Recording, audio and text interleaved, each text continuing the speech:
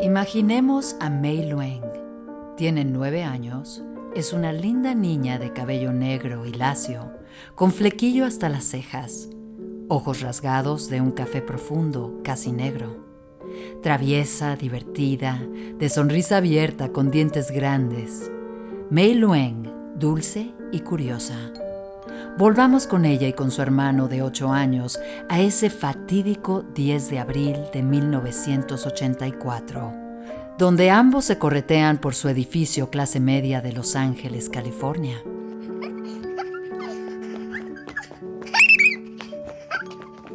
Imaginemos que el juego es buscar un billete de $1 que ha salido volando por las escaleras. Camino a encontrarlo, los hermanos se separan. Ahí va Mei Lueng en la búsqueda de $1. $1. $1 le costará la vida. 1, 2. Baja los escalones corriendo y llega hasta el sótano del departamento. ¿Cómo iba a saber que 2 bestias humanas, 2 cómplices depredadores, la arrasarían en su destructivo paso? No había forma. Apenas es descubierta, se vuelve un objetivo de cacería, un trofeo, la posibilidad de demostrarse hasta dónde son capaces de llegar. Esos 2 que, hasta donde se sabe, en ese momento, eran solo un par de ladrones drogadictos. Los 2, suponemos jóvenes, van tras ella sigilosamente. Y decimos suponemos, porque solo de uno tenemos noticias. El otro encarna tal nivel de misterio que podría haber sido el mismísimo Satán. ¡Te tengo! Fue muy fácil apresarla. Una vez que la niña entra en el sótano, nadie afuera podía verla ni escucharla. ¡Ja!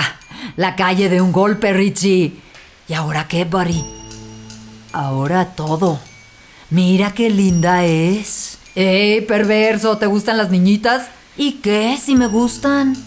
¿Me vas a parar ahora? Solo si no compartes. Mei Lueng es asesinada brutalmente. Antes de morir, los 2 hombres la violan. La apuñalan varias veces y mientras agoniza, es colgada por el cuello a un tubo que corre por el techo del sótano. Sus pies quedan apenas a unos centímetros del suelo. Mei? I got it, Mei. Here's the $1. Mei?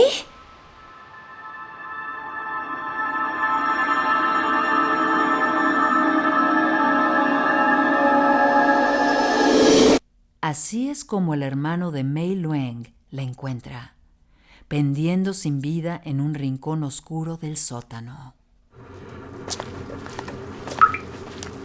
Aquella tarde, en esos edificios de apartamento de Los Ángeles, muere lo último que queda de un tímido niño llamado Richard Ramírez. Un niño que odiaba la violencia que su padre ejercía en él y que, unido a ese recuerdo, repite lo que sufre. Y mata a Mei Lueng, la inocente niña que salió a jugar y encontró un final aterrador e inhumano. Este crimen fue el primer asesinato del merodeador nocturno, quien más tarde haría su estruendosa aparición en todos los periódicos de Los Ángeles, sorprendiendo a la policía con una espiral acelerada de violaciones y muertes que tuvo en jaque a la comunidad angelina por casi 2 años. Pero esta historia empieza muchos años antes de que la pequeña Mei pierda la vida. Sigue los primeros pasos de Richard Ramírez, el merodeador nocturno.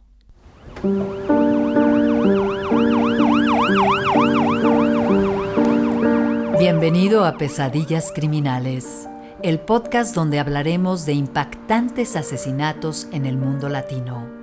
Soy Arely Arizmendi, y si bien ya estamos acostumbrados a un ambiente sangriento, por más que queramos ignorarlo, se queda en nuestra imaginación.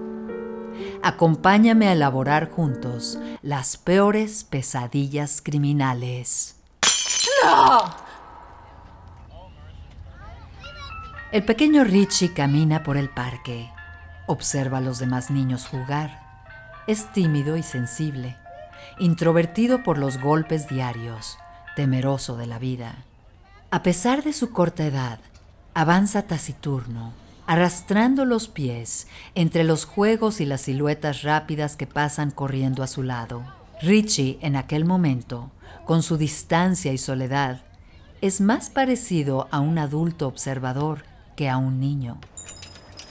Y está tan absorto en sus pensamientos que apenas escucha un grito a lo lejos. ¡Cuidado, Richie! Pero sigue avanzando, y el vaivén acelerado de un columpio le noquea el cráneo. Después del duro golpe, queda inconsciente durante varios minutos.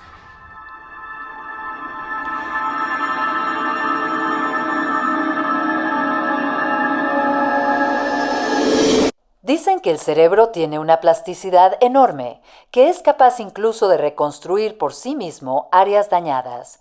Dicen.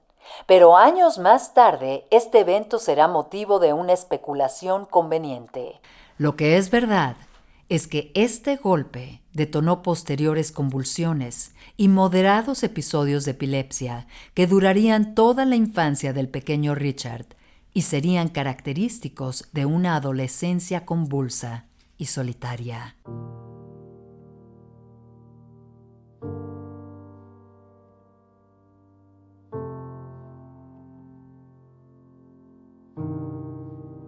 Pero, antes del golpe, Richard Ramírez ya es tímido y silencioso.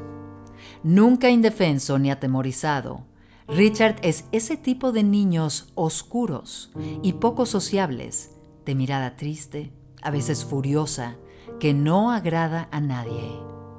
Richard podría compararse con un gato herido, silencioso, hambriento, torpe en su ansiedad por obtener a su presa. En consecuencia, no tiene muchos amigos y no le gusta hablar. Aún así, el pequeño Richie parece, un niño como tantos que le gusta ser niño y jugar y correr. Pero Richie es distinto, porque lo que hace la diferencia entre un asesino y una persona común es el camino. Y la infancia de Richie tiene un camino lleno de obstáculos. Algunos brincamos charcos bajo la lluvia y volvemos felices a casa, mientras que algunos, brincan manchas de sangre en el piso de casa, esquivan golpes y botellas vacías.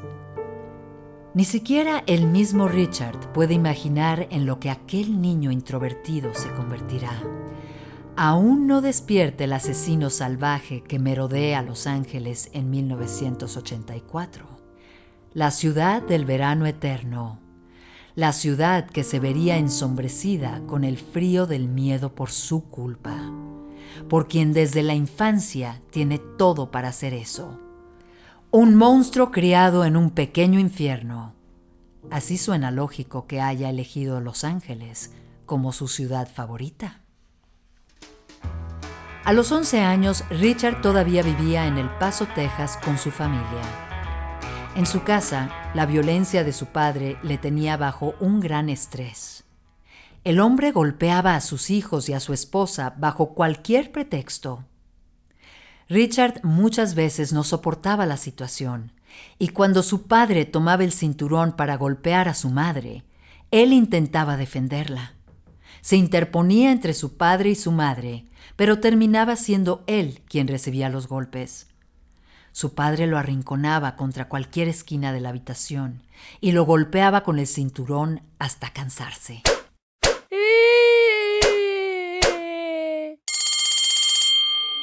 En ocasiones, Richard no podía recargar su espalda al sentarse en el pupitre de la escuela por el dolor.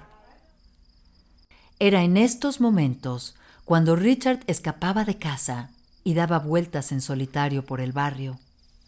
Consumía solventes, marihuana y otras drogas.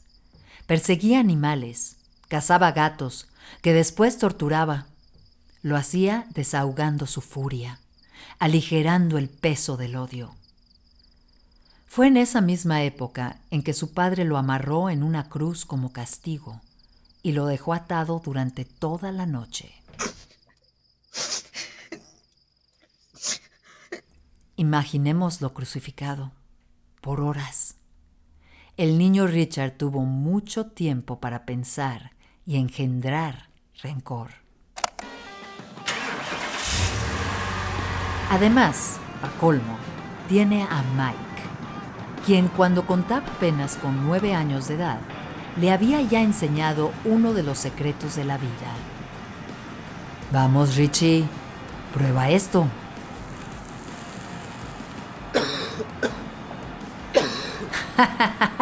Bien hecho, pequeño. Después fumarás como todo un profesional de película. Su querido primo Mike, un hombre joven, desquiciado por la guerra de Vietnam, adicto a la cocaína y a la heroína que aderezaba sus momentos en una permanente nube de marihuana. Durante los inicios de su adolescencia, Richard, el siempre ensimismado y mal encarado Richard, pasa días enteros sentado en el porche de la casa de Mike, drogándose con él mientras mira al infinito.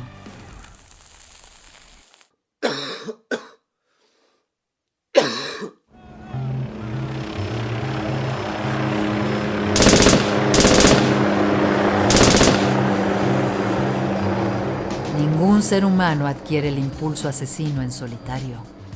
La violencia, la sed por la sangre y el horror se adueña de estos personajes gracias a experiencias traumáticas, o bien, de la mano de un mentor, alguien que te acompaña, te toma como discípulo y te lleva hacia la oscuridad. Y claro que el mentor era el primo Mike, el sueño americano bañado en sangre, quien a pesar de cometer atrocidades en la guerra, regresó a los Estados Unidos como un héroe, excombatiente, un boina verde de Vietnam que volvía del servicio con honores. ¿Cómo no admirar a Mike, cierto?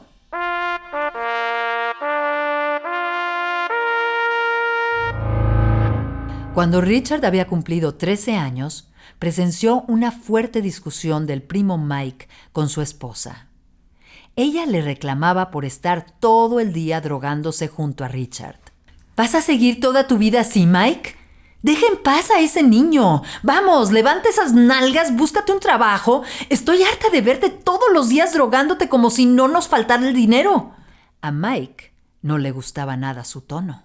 No me hables así frente a mi primo. Ve a buscar algo para hacer de comer. Si no quieres que te dé un par de cachetadas. Pero la esposa de Mike realmente estaba cansada y no pensaba dar un paso atrás. No voy a callarme nunca más, Mike. Estoy cansada de vivir con un bueno para nada. Mike se puso furioso. En silencio se levantó de su asiento y fue a buscar su escopeta. No era de extrañar que a Mike no le gustara el tono con el que su mujer se dirigía a él, mucho menos que le hablara así en presencia de Richard. La próxima vez que me hables en ese tono, voy a matarte. Ninguna zorra me habla así. Te hablo como me da la gana. Yo no soy ninguna zorra, y mucho menos una de esas mujeres indefensas que mataste en Vietnam. Cierra la boca de una buena vez o te mato, amenazó de nuevo Mike.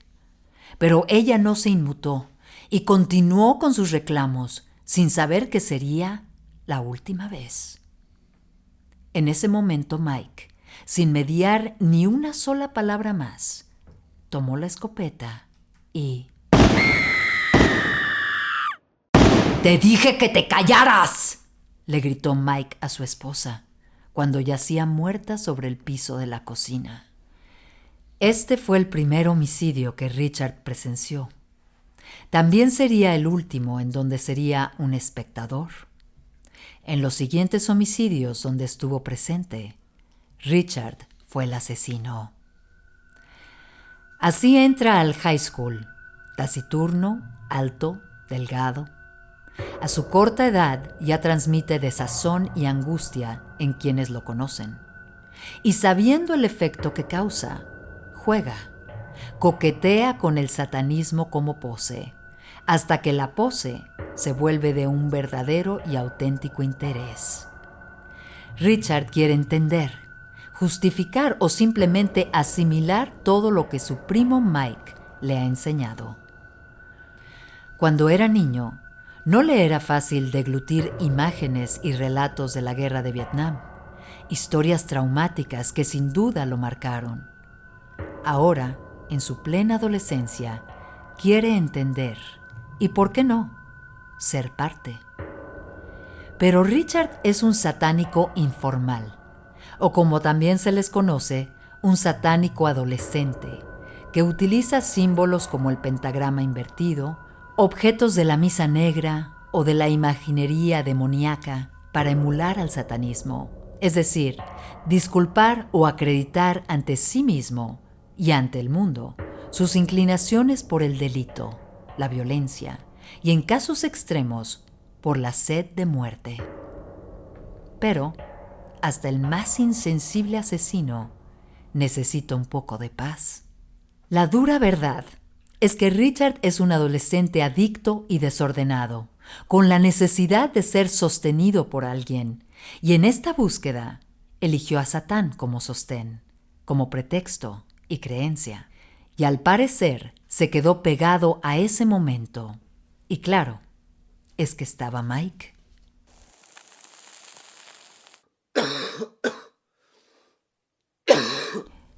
Querido primito Richie, estaba pensando que quizás ya es hora de que veas algo de la vida. Mike atesoraba una caja de zapatos con sus recuerdos. En ella tenía fotografías Polaroid, muy en boga en aquellos años. Aquellas fotografías de revelado instantáneo eran ideales para el crimen, para fotografiar aquello que nadie podía ver, aquello que querías guardar como testimonio íntimo y secreto. Con las cámaras Polaroid podías fotografiar lo que fuera sin ser descubierto. Aún no existían las cámaras digitales, y ahí, en su cajita, Mike guardó sus excesos y documentó sus crímenes. Mike le compartía sus secretos, pero lo más importante es que Mike lo escuchaba, le prestaba atención y eran cómplices. Mike además le enseñaba cosas de grandes. Le enseñó a utilizar un revólver, una escopeta, y también abrió la caja de Pandora para Richard, su caja de zapatos sangrienta y terrible. «Vamos, primo Mike», le decía Richard. «Ya es hora. Enséñame tus fotos de la guerra. Quiero verlas». Mike sonreía y le decía que eran cosas de grandes. «¿Crees aguantar, niño? Son cosas fuertes, asuntos que solo un verdadero soldado puede entender». «Ya es hora. Tú dijiste. La guerra es cosa de hombres, pero grábalo bien en tu cabeza, no de cualquier hombre. Ven, ya es hora». Así fue como Mike le mostró a Richard, después de mucho insistir, las fotos. En ellas se veían cuerpos mutilados de vietnamitas, principalmente mujeres, algunas atadas a los árboles, otras colgando en cadalsos improvisados. Quizá la foto más impactante era la fotografía donde salía el mismo Mike posando, tomando con sus manos los cabellos de la cabeza de una mujer decapitada. La sostenía a la altura de sus genitales, mientras sonreía para la cámara. Así fue el primer acercamiento de Richard con la muerte violenta y el homicidio por diversión. De esa manera cruel y sin remordimientos, relataba Mike la guerra como una aventura sangrienta y divertida. Él nunca estuvo en peligro. Él llegó a Vietnam a matar y a drogarse resguardado en su trinchera, saltando a la selva con una metralleta, corriendo desaforado, disparando, arrasando poblados, prendiendo fuego a todo a su paso, matando y violando poblaciones enteras.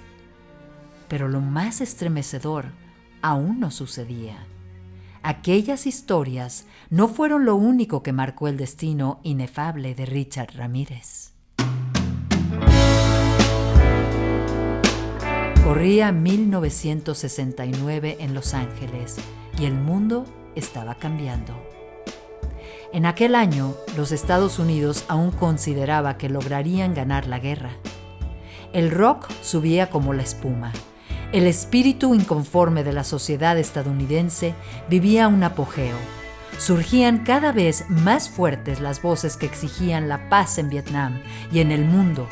Sin embargo, las bombas no dejaban de caer y Mike tenía todos los beneficios de un veterano de guerra.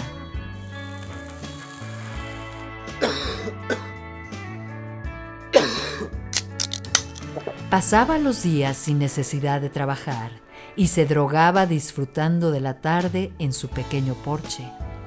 El hogar de Mike era sin duda un lugar peligroso.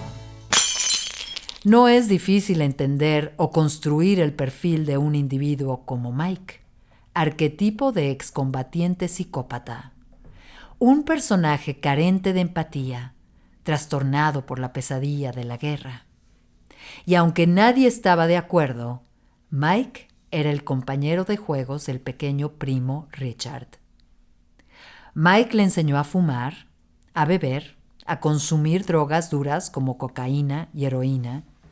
Mike también compartió con el adolescente Richard sus obsesiones recurrentes: generar miedo, torturar y matar.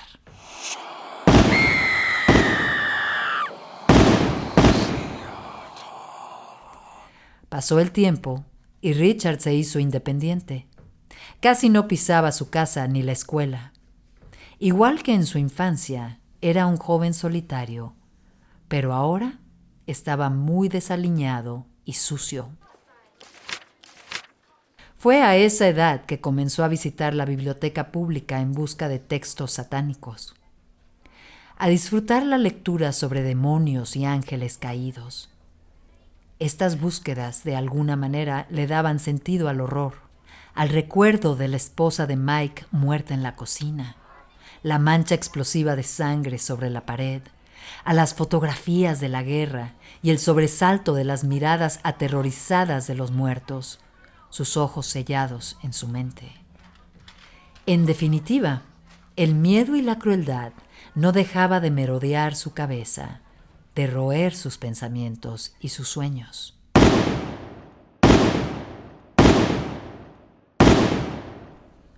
Sin saberlo, Richard estaba acomodando el odio en su espíritu atormentado, abriendo un espacio y corroborando la furia que mantenía contenida, como se contiene un caballo que está a punto de saltar a la carrera.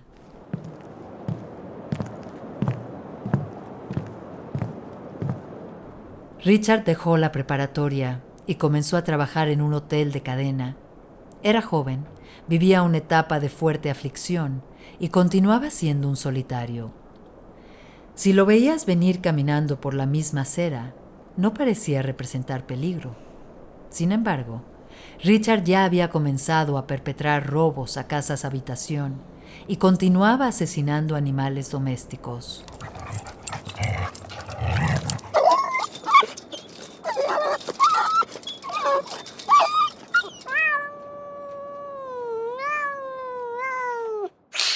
Por momentos se agolpeaban en su mente postales de sus cacerías. Rememoraba las ocasiones cuando perseguía gatos que torturaba con paciencia antes de quitarles la vida. Las imágenes se mezclaban con el frío de las noches en El Paso, Texas. Se veía a sí mismo huyendo de su padre y refugiándose en el cementerio, lugar que, aunque lúgubre, le brindaba la paz que necesitaba. Prefería dormir acurrucado en una cripta antes que volver a casa a ser golpeado o castigado con el cinturón. Sin duda, la cabeza de Richard era una bomba a punto de explotar, y él lo presentía. Fue mientras trabajaba en el hotel que los momentos de crisis y ansiedad desbordada llevaron a Richard a cometer sus primeras acciones como acosador. Espiaba a las huéspedes, introduciéndose a las habitaciones mientras dormían o cuando estaban en el baño. Como es de esperarse, estas acciones no terminarían bien. Fue en ese hotel donde Richard se introdujo a la pieza de un matrimonio para atacar sexualmente a una huésped. La mujer se encontraba en la ducha cuando Richard intentó someterla, pero no logró silenciarla. La mujer comenzó a gritar y defenderse. ¡Auxilio! ¡Auxilio! ¡Loco, déjame en paz! Richard estaba desconcertado. Al fin y al cabo, era un amateur. Era la primera vez que se atrevía a tanto. Aquel primer intento de violación, por fortuna para la víctima, fracasó. ¿Qué haces, pedazo de idiota? ¡Déjala, chamaco degenerado! ¡Eres un mocoso! Llegó el esposo corriendo alterado por los gritos. El hombre no estaba muy lejos. Había salido de la habitación apenas un momento para ir por hielos. Richard y el hombre forcejearon, y aunque intentó defenderse cubriéndose de los golpes e intentando colocar alguno. ¿Te crees muy hombre violando mujeres? ¡Eres una basura! Richard perdió la pelea. El hombre le dio una paliza que le dolería tanto o más que las que le daba su padre. Richard quedó arrinconado en una esquina, paralizado y furioso. Pero corrió con suerte. La pareja abandonó el hotel en ese mismo instante, sin denunciar ni dar aviso a la policía. Así que salió impune de ese delito. Ese fallido y torpe intento de violación, por increíble que lo parezca, fue el inicio de la trayectoria criminal de uno de los asesinos seriales más crueles de los Estados Unidos.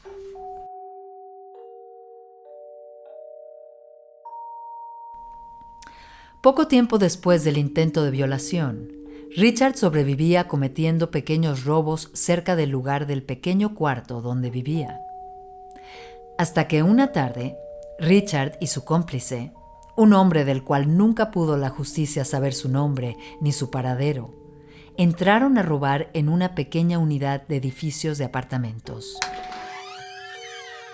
Un lugar que se encontraba a solo 6 cuadras de su casa. ¡Te tengo! Fue muy fácil apresarla una vez que la niña entra en el sótano. Nadie afuera puede verla ni escucharla. ¡Ja! La calle de un golpe, Richie. ¿Y ahora qué, buddy? Ahora todo. Mira qué linda es. ¡Ey, perverso! ¿Te gustan las niñitas? ¿Y qué si me gustan? ¿Me vas a parar ahora? Solo si no compartes.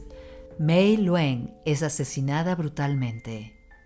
Antes de morir, los 2 hombres la violan, la apuñalan varias veces y mientras agoniza, es colgada por el cuello a un tubo que corre por el techo del sótano. Sus pies quedan apenas a unos centímetros del suelo.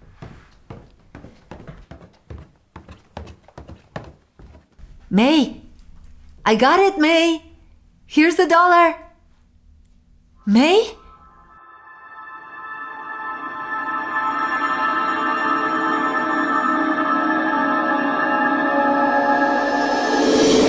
Así es como el hermano de Mei Lueng la encuentra, pendiendo sin vida en un rincón oscuro del sótano.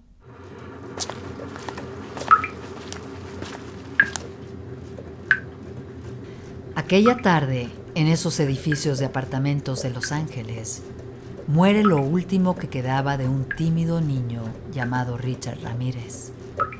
Un niño que odiaba la violencia que su padre ejercía en él y que, unido a ese recuerdo, repite lo que sufre. Y esa misma tarde, la historia de Richard Ramírez, el merodeador nocturno, el asesino que cimbró a Los Ángeles, apenas comienza.